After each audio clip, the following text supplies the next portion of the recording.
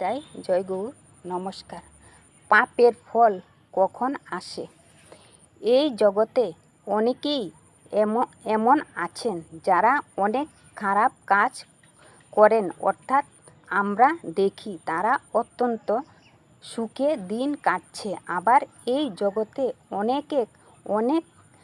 অনেকে আছেন যারা অনেক ভালো ভালো কাজ করেন, কিন্তু তাদের জীবন দুঃখে কাটছে।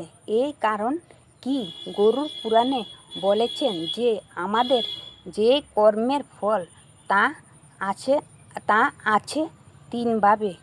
এখন আসতে পারে, মৃত্যুর সময়ও আসতে পারে, কিন্তু এটা নিশ্চিত কর্মের ফল আপনাকে ভোগ করতেই হবে।